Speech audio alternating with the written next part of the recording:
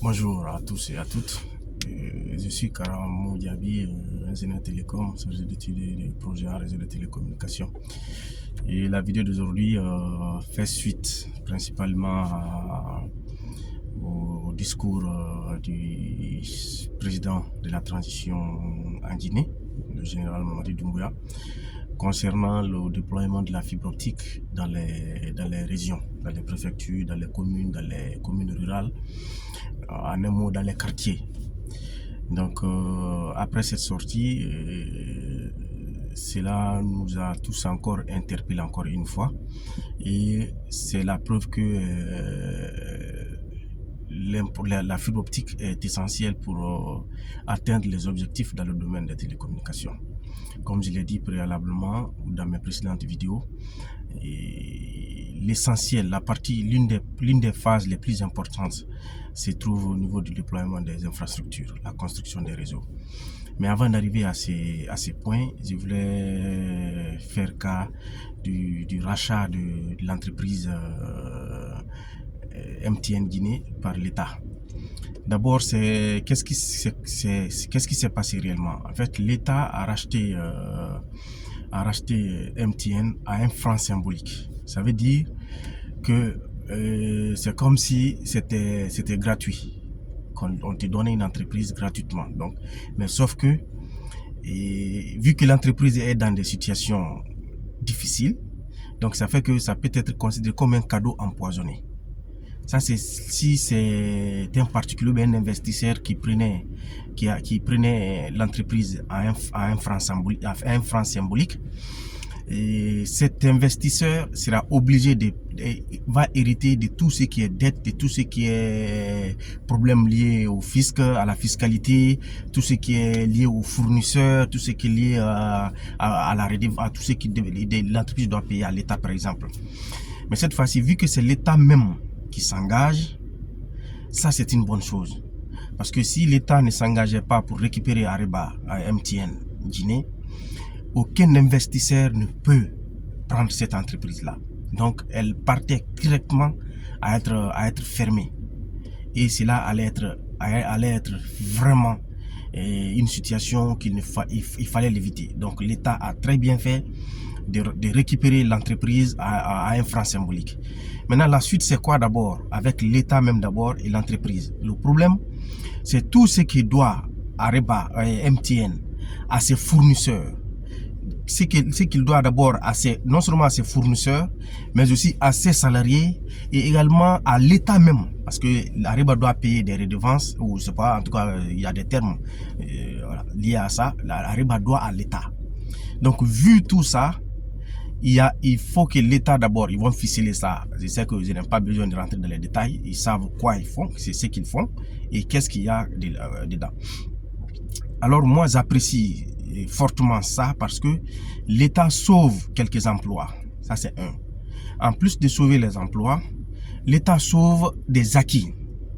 Parce qu'on se rappelle, lorsque MTN était arrivé en Guinée, c'était un moment très très difficile au niveau des télécommunications. Ils étaient nouvellement venus, ça a profité aux Guinéens d'avoir des numéros aussi facilement. Donc, sauver cette entreprise-là, c'est sauver d'abord, c'est garder des acquis. Le deuxième point, c'est quoi? Vu que l'État a récupéré le MTN Guinée, quelle est la suite?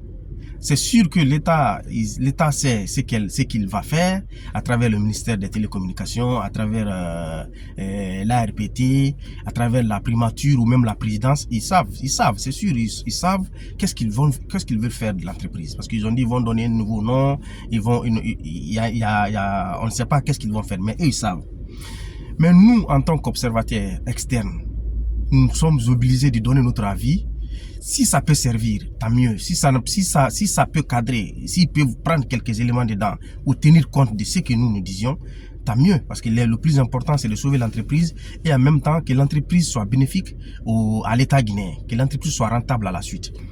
Donc moi, en tant qu'observateur externe, en tant que quelqu'un qui est du domaine de la formation et aussi de l'exercice du métier, moi, ce que je propose à l'État, c'est de soit fusionner cette entreprise-là, c'est de fusionner avec Guinée Télécom. Guinée Télécom, c'est l'opérateur national qui a remplacé la Sotelgui. Mais depuis plus de 20 ans, la Sotelgui a été liquidée. Il n'y a pas eu de possibilité de relancer. Ils ont changé de nom, c'est devenu Guinée Télécom. Guinée Télécom n'a jamais pu être lancé. Donc, et alors que tous les sites de Guinée Télécom qui appartenaient à la Sotelgui ont été à un moment donné, il y a plus de 10 ans, 15 ans de ça, ont été swappés en 4G. Tous les équipements des sites ont été changés en 4G. En ce temps, même Orange n'avait pas de 4G. Et si Orange avait la 4G, c'était rarement, c'était quelques sites. Mais tout cet investissement, plus de 50 millions de dollars ou d'euros, ont été perdus. Parce que les équipements qui ont été achetés il y a combien d'années qui n'ont jamais fonctionné, soit ils les ont bradés, voilà, ils ont fait comme ils ont l'habitude de faire, soit les équipements sont encore sur les sites et qu'on ne peut plus rien faire avec. Parce que les équipements télécoms ne peuvent pas rester autant de temps sans fonctionner, au risque de les perdre. Donc, l'État guinéen, moi, ce que je propose à l'État guinéen, peut-être que c'est ce que vous avez comme projet, c'est que franchement, il faut prendre MTN et le fusionner avec Guinée Télécom. Si vous voulez, soit vous changez de nom, vous donnez un autre nom, ou que vous gardez Guinée Télécom, mais que MTN soit Guinée Télécom. Ça soit. Dans ce cas, quels sont les avantages? D'abord, côté Ariba a des avantages, a des acquis qui sont d'abord en ressources humaines. Ariba aujourd'hui est bien implanté sur le territoire national. Ariba a des effectifs, Ariba a des salariés, Ariba a des compétences. Et MTN, je vais dire ça comme ça, MTN a des compétences en termes de ressources humaines, en termes d'équipement, de compétences. Donc, Ariba aujourd'hui a un minimum de clients. Contrairement à Guinée Télécom. Donc, cet acquis-là, il faut l'utiliser, mais ne créez pas des entreprises. Il ne faut pas qu'il y ait une entreprise qui va porter un autre nom pour remplacer MTN et laisser Guinée Télécom aussi. Dans ce cas, l'État va avoir deux entités dans le télécom, ça ne marchera pas. Vu la concurrence actuelle dans le domaine en Guinée, je suis obligé de citer les noms. Parce que certains aujourd'hui, c'est le concurrent le plus efficace, c'est Orange. Donc, pour concurrencer Orange aujourd'hui en Guinée, il faut être bien préparé. La concurrence n'est pas un problème. Quand tu dis que l'objectif, ce n'est pas d'abattre Orange ou d'abattre une autre entreprise.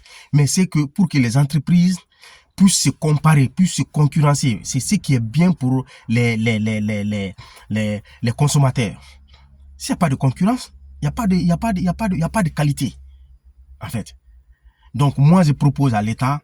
L'État a très bien fait de racheter MTN. Ça sauve l'emploi, ça sauve les acquis. Et il y a des compétences au niveau d'MTN qui peuvent être utilisées au niveau de Guinée Télécom. Et ça peut renforcer Guinée Télécom dans sa croissance. Parce qu'aujourd'hui, Guinée Télécom n'a absolument rien. Et pour encore renforcer Guinée Télécom de plus, il faut que l'État, ou en tout cas l'entreprise qui va être créée, dont va devenir MTN, la fusion, moi je préfère une seule entreprise, MTN Guinée Télécom, pour en faire une seule entité. Et pour encore donner une force à cette entité-là, qui va être nationale, là, il faut que